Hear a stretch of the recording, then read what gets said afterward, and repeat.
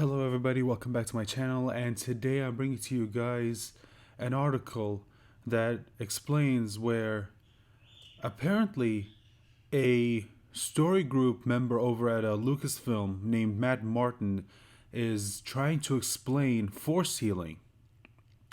Now, before I get into this article, I just want to say this. I did just post a video on my channel where I basically went on like a 20-minute rant, and uh, like that video kind of it pretty much took all the anger out of me, and so it is possible that I probably won't put out another rant video. I mean, unless a bit of news comes out that really pisses me off, then yeah, you're gonna get another rant video. So I'm gonna keep myself calm. Let's just try and get through this article without me going into a blind rage, because the topic that we're discussing, it could trigger me. Because look, I did a video earlier. I think I posted it last month, where I tried to explain why this whole force healing in that we saw in The Rise of Skywalker, why it's a bad thing and why it completely destroys Star Wars, or completely recontextualizes things, except it does it in a bad way. And I'll leave a link to that video at the end of this one if you want to know what I'm talking about. But basically, this person, Matt Martin, is trying, keyword trying, to explain why our favorite, just absolute favorite protagonist of all time, Mare Sue, was able to somehow just heal that space worm, was somehow able to heal Kylo, and how Kylo was able to bring her back from the brink of death. Again, keyword trying and failing. So the article basically goes on to state that, and by the way, this comes to us from Bounding into Comics. This is from John F. Trent. So, Star Wars Story Group member Matt Martin attempted to explain the inclusion of force healing in both Star Wars The Rise of Skywalker and The Mandalorian. Martin was questioned on Twitter, and you can see it right here. The Rise of Skywalker introduces force healing. You can heal anyone using the force. If this is part of canon, then why didn't Obi-Wan heal Qui-Gon? Why didn't Anakin heal his mom? Why didn't Luke heal Vader? And again, these are all valid questions which Matt Martin tries to explain, and you'll get a look at his explanation, and you can see it right here. My read is that the healing, or bringing someone back from the brink, was only possible due to their dyad connection. I could see a Jedi being able to heal minor wounds, like we see with Rey and the Vexus. That's the space worm. And then they go on to say, however, this answer would be unsatisfactory for another fan, given the healing for both Grief Karga and the Mandalorian by Baby Yoda. And that's true, that did happen. They asked, so by this logic, Mando is secretly force sensitive and in a force dyad with Baby Yoda, which is why Baby Yoda was able to heal a lethal wound of Grief Karga in The Mandalorian? That's true. I mean, if Rey and Kylo were able to do the whole force healing because they were in because of their connection, because of them both being dyads, then by that logic, the Mandalorian and Baby Yoda have to be dyads, because that's the only explanation. And then they again, and you can see that again they replied, and here's Martin's response. No, I just think there's a lot more to that kid than we're privy to at this point in time. So you can see again he's attempting to backtrack here, and again he's trying to cover all his bases, because again they called him out on a perfectly valid flaw in their logic. So, and again now he's trying to say, oh no, well, you see, we don't really know. And again, it's just he's giving all of these like piss poor attempts to try and explain things, which by the way it's not gonna make your movie any good. If you yourself have to take to Twitter to explain to explain certain things about your movie, things that should have been obvious just from watching the movie, then your movie wasn't really all that good, or it didn't do a good job of relaying that information to the audience. Like your movie failed to do that. Although I do assume many Jedi could have healed Mando in that scenario, grief is different, but it's also a different type of wound. Basically, just saying there are a lot of variables. Of course, of course. And now they're trying to, again, like I said, they're trying to give this piss poor explanation as to why, like again, like all of the situations that were brought up here. Obi-Wan with Qui-Gon, Anakin with his mom, Luke with Vader. Again, all of these questions, and they're basically trying to say, well, you see, you got to take this into account. You got to see this. No, no, no. Okay, you screwed up. Okay, simple answer is you screwed up. You introduced this thing that you thought would be cool, except you didn't think about the repercussions that it would have with the audience now having all of these questions, the fact that it recontextualizes a lot of the scenes that we've seen in the story so far. You didn't think about the consequences. Okay. I'm sorry. I said I wasn't gonna get triggered. I'm sorry. I'm gonna calm down. I'm gonna try and keep myself calm because, oh boy. Let's continue. My take on this, which is one of the biggest beefs with The Rise of Skywalker and The Mandalorian, is that Disney Star Wars has thrown out all the rules that previously applied to the Force. That is true. They basically throw out all of the rules. Those rules were thrown out with Rian Johnson and The Last Jedi. Probably the most egregious example is when he had Force Ghost Yoda calling down Force Lightning. That is true. And when that happened, it got a lot of people asking, okay, so let me get this straight. So you're telling me Force Ghosts can call down Force Lightning? If that's the case, why didn't Yoda do this with the Emperor in the original trilogy? Or in fact, if the Emperor was alive all this time, why didn't he, as a Force Ghost, and probably other Jedi who have learned how to become Force Ghosts, why didn't Anakin, why didn't Obi-Wan go over to the Emperor and call down Force Lightning on him and kill him once and for all? This broke the previous rule of Force Ghosts interacting with the physical world set in The Empire Strikes Back.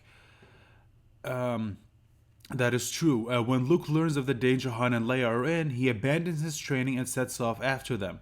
Obi-Wan Kenobi tells him, if you choose to face Vader, you will do it alone. I cannot interfere. Now, when we first heard this, we correctly assumed that, he must not, like, as a Force Ghost, he's probably not, like, he probably cannot interfere with the physical world. Even if he wants to, he can't. Like, he's only allowed to observe. But now, because of The Last Jedi, and now even in The Rise of Skywalker, we found out, oh no, it turns out they could have interfered if they wanted to. They just chose not to. That, if that's the truth, that makes Obi-Wan and Yoda dicks. Because they chose to do nothing. Like, why didn't Obi-Wan and Yoda help Luke when he was fighting Vader? Why didn't they shoot Force Lightning at Palpatine when he was using it to try and kill Luke? It's just, again, it's more of Lucasfilm or the story group just adding something into the story, thinking that it looks cool and not thinking about the consequences. Another example from The Last Jedi is Luke being able to cut himself off from the Force. Yeah, I mean, how? It's just...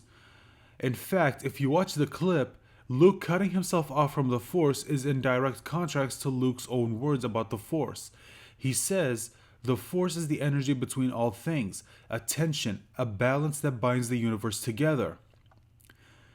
And again, this is the clip right here, which I won't play because I probably am going to get copyright, so... in fact, being able to cut yourself off from the Force goes against how Obi-Wan Kenobi describes the Force as well in the original Star Wars film. Yeah, I mean, this whole cutting yourself off from the Force, to me, makes absolutely no goddamn sense. And you know what? I will give The Last Jedi this. The Last Jedi isn't the only thing to do this. I mean, even in Jedi Fallen Order, one of the characters, I think I'm forgetting her name. She's the one who sort of helps Cal on his mission. she basically explains that because of something that happened, she ended up cutting herself off from the Force. Which again, I don't see how you can do that when the Force, they even explain that it's an energy field that's created by all living things. So you can't really cut yourself off from the Force. And you know what? Again, I will give them this. We even see a little bit of it in the expanded universe, and before they Disney basically decanonized it.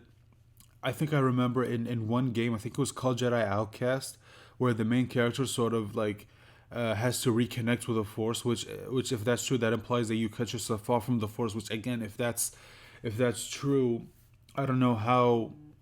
I don't know how you can do that. Which, by the way, maybe you guys can explain that to me. If any of you in the comment section like know more about the expanded universe than I do, maybe you can explain how like how he did that.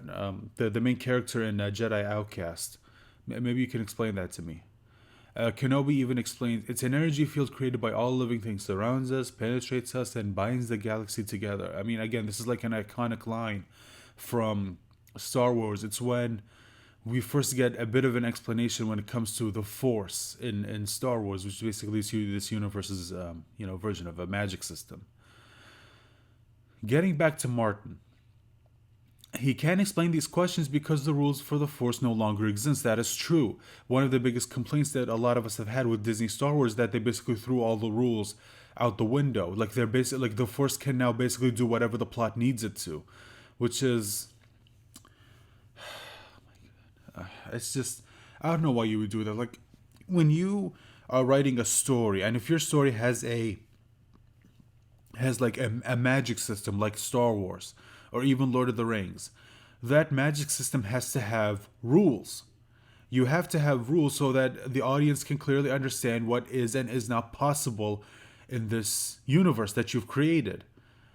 And if you throw out the rules, then your audience basically starts to wonder, well, okay, if that's the case, then that means anything's possible.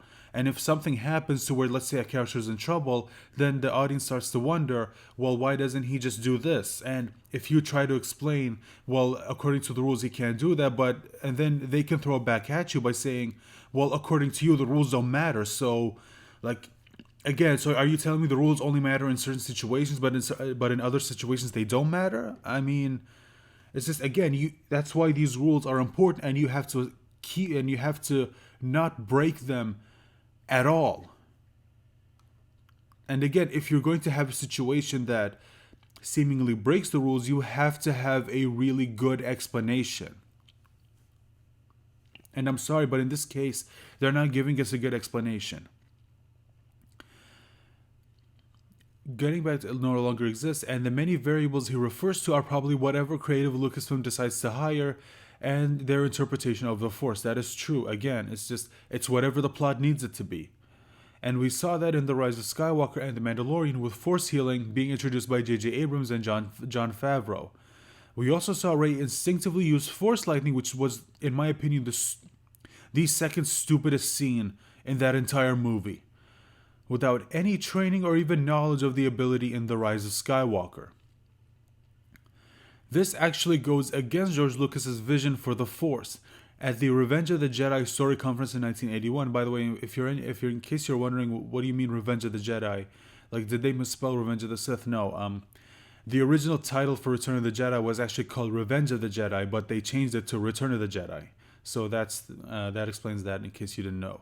Lawrence Kasdan asked if anyone could hook into the Force. Lawrence Kasdan, by the way, I'm sure you all know, was helped George Lucas write the screenplay for his movies,